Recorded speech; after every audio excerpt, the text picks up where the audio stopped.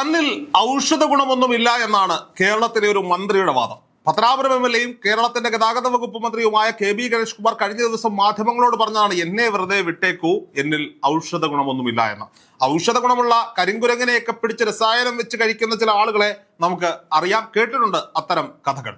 പക്ഷേ ഈ ഔഷധ ഗുണം എന്നതുകൊണ്ട് കെ.ബി. ഗണേഷ് കുമാർ ഉദ്ദേശിച്ചത് തന്നിൽ നിന്ന് വാർത്തകളോ വിവാദങ്ങളോ ഒന്നും കിട്ടില്ല എന്നാണെങ്കിൽ അവിടെ ചില തിരുത്തുകൾ വരുത്തുന്നുണ്ട് ജ്യോതികുമാർ ചാമക്കാല എന്ന കോൺഗ്രസ് നേതാവ്. കഴിഞ്ഞ തവണ പത്തനാപുരത്ത് കെ.വി. ഗണേഷ് കുമാറിനെതിരെ മത്സരിച്ച സ്ഥാനാർത്ഥി കൂടിയാണ് ജ്യോതികുമാർ ചാമക്കാല. ജ്യോതികുമാറിന്റെ ഫേസ്ബുക്ക് പോസ്റ്റ് ഇങ്ങനെയാണ്: കരയല്ലേ ഗണേശ, 23 വർഷമായി മാധ്യമങ്ങൾ താങ്കളെ വേട്ടയാടുന്നു അല്ലേ?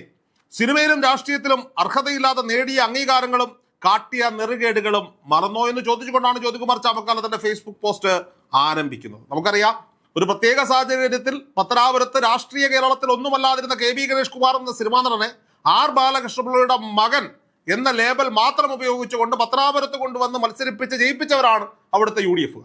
പിന്നീട് 15 വർഷക്കാലങ്ങൾക്കപ്പുറത്തേക്ക് ഈ പറയപ്പെടുന്ന പല വിവാദങ്ങളുണ്ടാക്കി, വിവാദങ്ങളിൽ നിറഞ്ഞു നിന്ന അവസാനം കുടുംബം ആവശ്യപ്പെട്ടതിന്റെ പേരിൽ, അച്ഛൻ ആവശ്യപ്പെട്ടതിന്റെ പേരിൽ മന്ത്രിസ്ഥാനം ഉപേക്ഷിക്കേണ്ടി വന്നിട്ട് അവസാനം ഉമ്മൻചാണ്ടിയും UDF-ഉം എന്തൊക്കെയോ ചെയ്തു എന്ന് പറഞ്ഞുകൊണ്ട് LDF-ലേക്ക് ചേക്കേറി അന്ന് തൊട്ട് ഇന്ന് വരെ വിവാദങ്ങളിൽ നായകനായി തിങ്ങിക്കത്തുന്ന നേതാവ് കൂടിയാണ് കെ.ബി. ഗണേഷ് കുമാർ. നാക്കിന്റെ ഗുണം കൊണ്ട്, നാക്കുകൊണ്ട് പിടിച്ചു നിൽക്കാൻ അറിയാവുന്നത് കൊണ്ട് ജനങ്ങൾക്ക് മുന്നിൽ വികസന നായകൻ എന്നൊരു പേര് കൂടി ഉണ്ടാക്കിയെടുത്തിട്ടുണ്ട് കെ.ബി. ഗണേഷ് കുമാർ.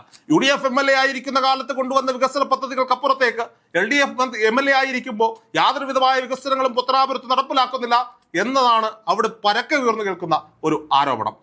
ഗതാഗത വകുപ്പ് മന്ത്രി ആയതിനു ശേഷം പല പരിഷ്കാരങ്ങളും നടത്താൻ ശ്രമിച്ചു, പക്ഷെ അങ്ങോട്ട് ശരിയാകുന്നില്ല. എന്നിരുന്നാലും ഗതാഗത വകുപ്പിലെ ജീവനക്കാർക്ക് കൃത്യമായി ശമ്പളം കൊടുക്കാൻ 2 or 3 തവണയായിട്ടെങ്കിലും സാധിക്കുന്നു എന്നത് കെ.ബി. ഗണേഷ് കുമാറിന്റെ തലയിലെ കിരീടത്തിലെ ഒരു പൊൻതൂവലാണ് എന്ന് ഓർക്കാതിരിക്കുവാനും സാധിക്കുന്നില്ല. എണ്ണി പറയുകയാണ് ജ്യോതികുമാർ ചാമക്കാല 20 ആരോപണങ്ങൾ കെ.ബി. ഗണേഷ് കുമാറിനെതിരെ. ഒന്ന്, 35-ാം വയസ്സിൽ ശ്രീ A.K. ആന്റണി താങ്കളെ മന്ത്രിയാക്കിയത് എന്ത് യോഗ്യത ഉണ്ടായിട്ടാണ് എന്നാണ് ചോദിക്കുന്നത്. അത് ചോദ്യം ഗണേശനോട് മാത്രമല്ല, അന്നത്തെ UDF നേതാക്കന്മാരോടും ചോദിക്കേണ്ടിയിരിക്കുന്നു. 2, താങ്കളുടെ പിതാവ് ശ്രീ ആർ ബാലകൃഷ്ണപിള്ളയെ മന്ത്രിയാക്കാതെയാണ് നിങ്ങളെ ആ സ്ഥാനത്ത് അവരോധിച്ചത് എന്ന് നിങ്ങൾ മറന്നുപോ. ഏത് സാഹചര്യത്തിലാണ് ഈ പറയപ്പെടുന്ന ആർ ബാലകൃഷ്ണപിള്ളയ്ക്ക് മന്ത്രിയാകാതിരുന്നത് എന്ന് ഇടമലയാർ കേസൊക്കെ അന്വേഷിച്ചു പോയാൽ ആളുകൾക്ക് മനസ്സിലാകും. 3, താങ്കളുടെ അമ്മയിൽ വിശ്വാസമുള്ളത് കൊണ്ട് മാത്രമാണ് താങ്കൾ മകനാണെന്ന് അംഗീകരിക്കുന്നതെന്ന് ബാലകൃഷ്ണപിള്ള സാർ പറഞ്ഞിട്ടുള്ളത്. അത് ഗണേഷ് കുമാറിനെ മാത്രമല്ല, ഒരു അച്ഛന്റെ അവസ്ഥ കൂടിയാണ് സൂചിപ്പിക്കുന്നത്. താൻ ജന്മം കൊടുത്ത് പോറ്റി വളർത്തിയ മകൻ അത് തന്റെ മകനല്ല എന്ന് പറയുവാൻ അമ്മയോടുള്ള സ്നേഹം കൊണ്ട് സാധിക്കുന്നില്ല എന്നത് ഒരച്ഛന്റെ അവസ്ഥയാണ്. ഗണേശനെ രാഷ്ട്രീയത്തിൽ കൊണ്ടുവന്നത് താൻ ചെയ്ത ഏറ്റവും വലിയ തെറ്റായിപ്പോയെന്ന് കേരള കോൺഗ്രസ് സംസ്ഥാന അധ്യക്ഷനായിരിക്കുന്ന ആർ ബാലകൃഷ്ണപിള്ള സംസ്ഥാന കമ്മിറ്റിയിൽ പറഞ്ഞത്. അച്ഛനും മകനും തമ്മിലുള്ള യുദ്ധം കേരളക്കരെ ആകെ കണ്ടതാണ്. താങ്കൾ MLA ആയി തുടരുന്നത് അധാർമികമെന്ന് 2013 ശ്രീ ആർ ബാലകൃഷ്ണപിള്ള പറഞ്ഞു. സ്വന്തം അച്ഛനാണ്, രാഷ്ട്രീയ ഭീഷ്മാചാരനാണ് ആർ ബാലകൃഷ്ണപിള്ള. ആദ്യ ഭാര്യ ശ്രീമതി യാമിനി തങ്കച്ചിയുടെ കൈ താങ്കൾ അടിച്ചൊടിച്ചത് അവർ എന്ത് തെറ്റ് ചെയ്തിട്ടാണ്? യാമിനി തങ്കച്ചി തന്നെയാണ് മാധ്യമങ്ങൾക്ക് മുന്നിൽ ഒടിഞ്ഞു തൂങ്ങിയ കൈയുമായി വന്നിരുന്നു പറഞ്ഞത് ഭർത്താവാണ്, ഗാർഹിക പീഡനമാണ്, മന്ത്രിയായിരിക്കുന്ന കെ.ബി. ഗണേഷ് കുമാറാണ് കൈ അടിച്ചൊടിച്ചത് എന്ന്. ഏതോ ഒരു സ്ത്രീയുടെ ഭർത്താവ് താങ്കളുടെ മുഖം അടിച്ചു തകർത്തത് എന്തിനായിരുന്നു? സോളാർ വിവാദം തുടങ്ങുന്നതിന് തൊട്ട് മുമ്പാണ് ഇതേ മന്ത്രി തന്നെ, അന്ന് മന്ത്രിയായിരിക്കുന്ന കെ.ബി. ഗണേഷ് കുമാർ കുറച്ച് സെൽഫി ഫോട്ടോയുമായി രംഗത്തെത്തിയിരിക്കും. തന്നെ മർദ്ദിച്ചത് ആരാണെന്നാണ് പറഞ്ഞത് എന്ന് പൊതുജനങ്ങൾക്ക് ഓർമ്മയുണ്ടാകും. താങ്കൾ VS അച്യുതാനന്ദനെ കാമഭ്രാന്തൻ എന്ന് വിളിച്ചത് മറന്നോ? യൂട്യൂബിൽ സെർച്ച് ചെയ്താൽ ഇപ്പോഴും ആ വീഡിയോ ലഭിക്കും. സോളാർ വിവാദ നായികയുമായുള്ള ബന്ധത്തിൽ താങ്കൾക്കൊരു കുട്ടിയുണ്ടെന്ന് CBI സ്ഥിരീകരിച്ചത് ശരിയല്ലേ? അത് വലിയൊരു ചോദ്യമാണ്. പാവങ്ങളുടെ പടത്തലവരായ ശ്രീ ഉമ്മൻചാണ്ടി ഈ നീചമായ ലൈംഗിക ആരോപണത്തിൽപ്പെടുത്തിയത് കേരളം മറന്നിട്ടില്ല. കെ.ബി. ഗണേഷ് കുമാർ, ബിജു രാധാകൃഷ്ണൻ ശ്രീ ഉമ്മൻചാണ്ടിയോട് നടത്തിയ വെളിപ്പെടുത്തലുകൾ ജീവിതാവസാനം വരെ അദ്ദേഹം രഹസ്യമായി സൂക്ഷിച്ചില്ലെങ്കിൽ താങ്കളുടെ ഭാവി എന്താകുമായിരുന്നു? ഇത് ഉമ്മൻചാണ്ടിയുടെ മാന്യത. നടി ആക്രമിക്കപ്പെട്ട കേസിൽ സാക്ഷികളെ സ്വാധീനിക്കാൻ ശ്രമിച്ചതിന് താങ്കളുടെ PA അറസ്റ്റിലായത് താങ്കൾ മറക്കാൻ സാധിക്കാത്ത ഒരു വിഷയം. കോക്കാട് കൊല്ലപ്പെട്ട ക്രിമിനലിനെ രക്തസാക്ഷിയാക്കാൻ ശ്രമിച്ചത് അത് പരാജയപ്പെട്ടില്ലേ? അത് അവിടുത്തെ ലോക്കൽ രാഷ്ട്രീയമാണ്.